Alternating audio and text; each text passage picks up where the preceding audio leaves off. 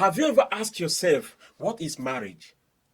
Have you ever asked yourself the definition of marriage? I recently discovered that a lot of people don't even know the meaning of marriage. No wonder there is a lot of problem in our marriages today. No wonder we are struggling to keep our marriage. And you will see someone, you will see, I've married the first and the second and third. In fact, marriage is not for me. And in this video or in this episode, I will want you to understand that there is a definition and there are misconceptions that we have in marriage. So in this particular one, I will do my best to define you marriage from different views. So stay with me as we ride on.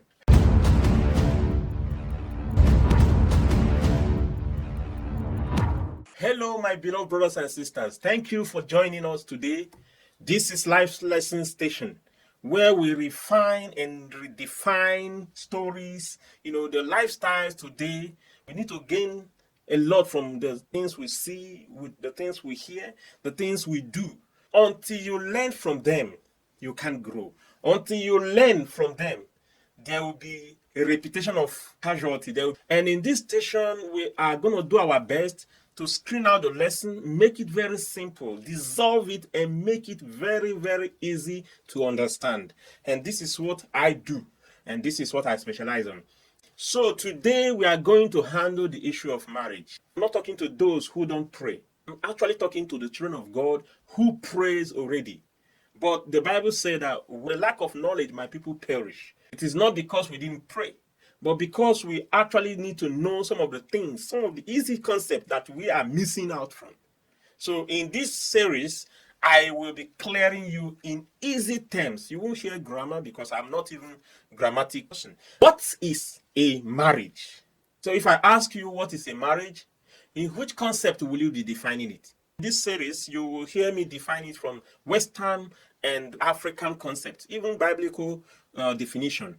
I'm not taking any definition from dictionary. I'm just taking definitions from my studies and what I know, because I've lived in Europe now for almost 20 years. So I know already what the definition of marriage is in the Western world. I know what definition of marriage is in Africa. I've been working in the church, so I know what definition of marriage is in the Bible. So stay with me as I hash it out for you in a very simple and easy way to understand. Lastly, number 4 of it is where I will tell you my own opinion, and then I will give you what I think you need to know. I've been opportune to work in counseling marriages. And some of the tablets that I will give to you that I use as well, that you may use for your own good. Intercultural definition currently. Here is the overview of this video. We will talk about Western concept of marriage, African concept of marriage, biblical concept of marriage, and lastly, I'll be concluding with my own observation. That will be very interesting, because if you want to know which one I choose and the one I practice, wait to this number 4. Now, let's start from the number 1. The Western definition of marriage is two people coming together to constitute home. That is similar to an emerged equal party or a combined business, which is legitimately free to part anytime. I don't know if you get what I just said. Two equal parties coming together, or two combined business coming together to constitute a home. What I have grasped from European or Western definition of marriage. These two people, they are coming together to constitute a home. Nowadays in Europe, they even extend their marriage. The marriage is like a contract. This is the Western concept of marriage. Number 2, African concept of marriage is different from the Western. Two families coming together and allow their children to tie two families together. That is similar to that of buying and selling.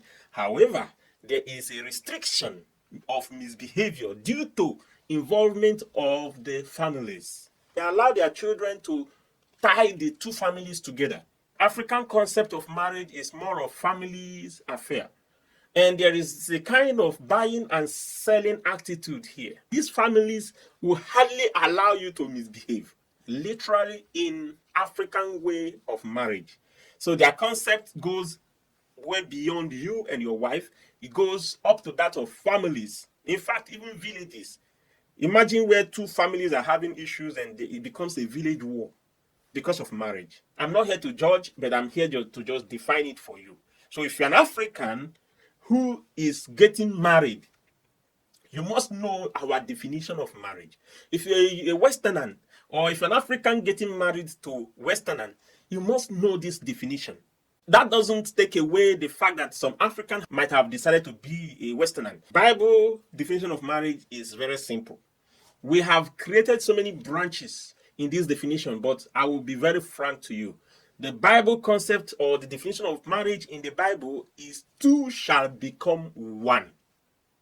Two shall become one. No more, no less. Two shall become similar to that of a mixed and sealed liquid with no room for divorce. So when you mix a liquid and seal them, there is no room for separation. Science can try to say you can separate them, but the Bible didn't stop there. It said you become one. Yes, I know about Moses giving them the certificate of divorcement. But if you study very well, you will see it was because of their bad way of life. That means there is no room for divorce. You marry, you are married. So, but because of time, I will not linger you with these definitions and so on. I will quickly rush to my own conclusion. Because now you know what I see from my own viewpoint, what I see in European way of definition, African way of definition, the biblical way of defining marriage. Marriage in the Bible, in a very simple, is two shall become one. In African way of definition is families. Families here coming together to allow you people to bind them. So if you bind with your family, with your husband, you're also binding the two families together. Whereas the European or Western concept of marriage is two people coming together to constitute a home. So it's legitimate for you to walk away and you walk away whenever you want. And you are free. You have your 50% right, you have your 50 or 100% right, you have your equal right. So everybody has their equal right, also in Africa. But the walking away stuff, I'm not here to condemn any of this concept, but I'm here to tell you at the end, this is what it is. Marriage is for better and worse. You live for good and the bad situation. Marriage is once. My very hard. I will have to do another video to explain myself more better. Is that similar to that of mother and son? Marriage has no substitute, replacement, or second marriage. Anything after first marriage is to manage. In another video, I will address the working roles or duty of man and woman in marriage. Marriage is the submission of two people to one another's influence. Marriage is the submission of two people to one another's influence. In other words, you have no power of your own. You have no power of your own. So the problem is when it is abused, you go for the second alternative, which is to divorce when there is abuse, but if you have this concept from the origin, there won't be abuse. Because you have submitted yourself and the other one has submitted him or herself. So if two parties submit themselves, you are losing your power and the other one is losing his or her power. So two people who submit themselves to one another's influence. With this concept, it will be very hard for one to see marriage as so common. I believe that the way we see the definition of marriage influences the way you live your marriage. What you do in your marriage has to do with what you know about the definition. If you know that the marriage has no reserve, people are deceived. You know the funny part? They will never tell you the truth. None of these divorced people, both men and women, who will be sincere enough to tell you the truth. When they're divorced, they will claim, and now I am living fine, now I'm living, now I am good, now I am great, now I have my peace, is all lies. I tell you, if you think you are divorced and now you are living fine, then you never married for the first time. No second marriage. Anything second, and you are not a widow, you are not a widower or a widow, it is management. I'm not talking about those who never got married for the first time. When you finally run out of that no marriage that you quote you married, and then you claim, now I am living fine.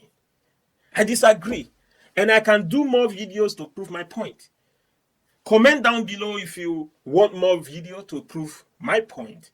Because I honestly believe, okay, especially those who had children in their previous marriage, and they are coming out now to say, God, I thank you. Now I am living fine. Now I have best Mr. Right.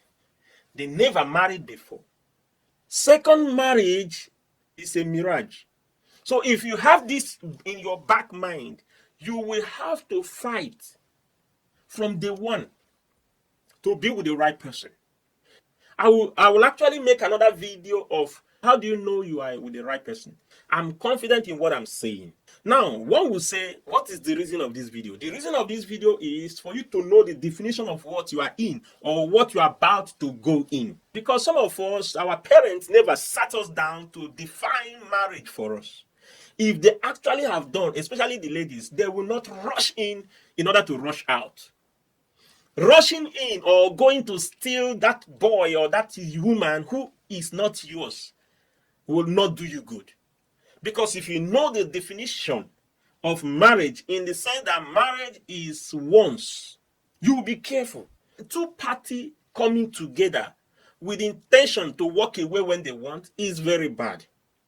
We are messing with the children, unborn children. So whenever the man is down, you are going to leave. Because when I say a mother and a son concept, I'm not saying father and son, because mother and son actually sticks together in a family more than every other person.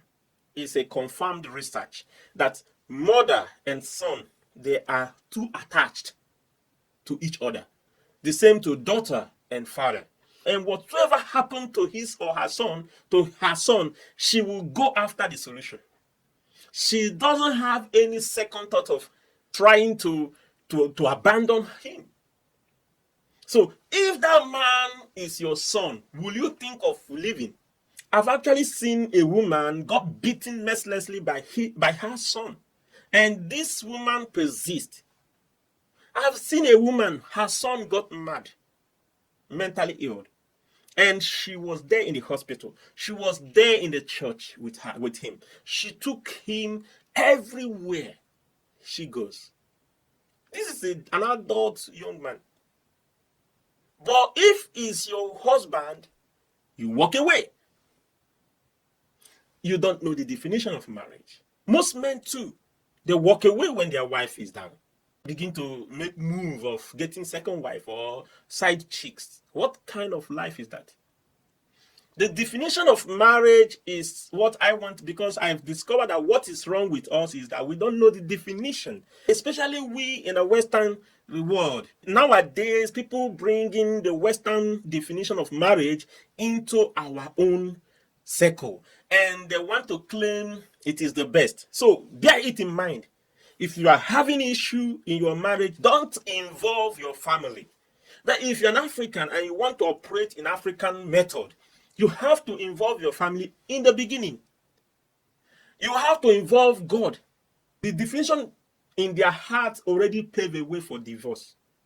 So every little thing, it's easy for Satan to strike. For every little thing, he or she is gone. Why will it be so?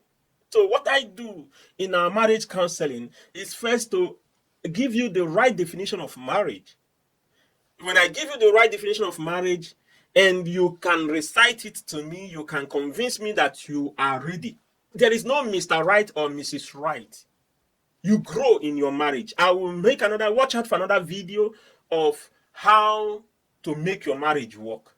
Because I have watched so many videos and have read a lot of books on marriage, but they are too academic and too spiritual, and some people are left behind. So I'm actually making a video that will speak to a common person out there. Because if the families are in trouble, the cities will be in trouble. And if the cities are in trouble, the nations, the countries, the world in trouble.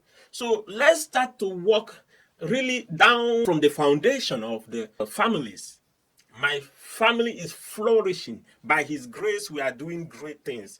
But I have actually learned a lot. I've learned a lot in my marriage, and I'm using them. Some of what I have learned, I am teaching them. Some of the tips that I've got from school, I'm also teaching them. So stick with me as we ride together in this life lesson station. I urge you also to comment the things you want us to deal or discuss about. If you agree with me or disagree with me, comment down below. I will always make another video in response. And stay blessed. May God in His infinite mercy restore you if your marriage is shaking. And if your marriage is not shaking, I pray, may God in His infinite mercy put a hedges around your marriage and in your relationship. May they grow, flourish like that of a tree planted beside the river of joy. You will never wither. You will always bear fruit in the right time. So shall it be. Your family, stress and disappointment and misunderstanding shall be far from you. In Jesus' mighty name we pray. Amen. Stay blessed.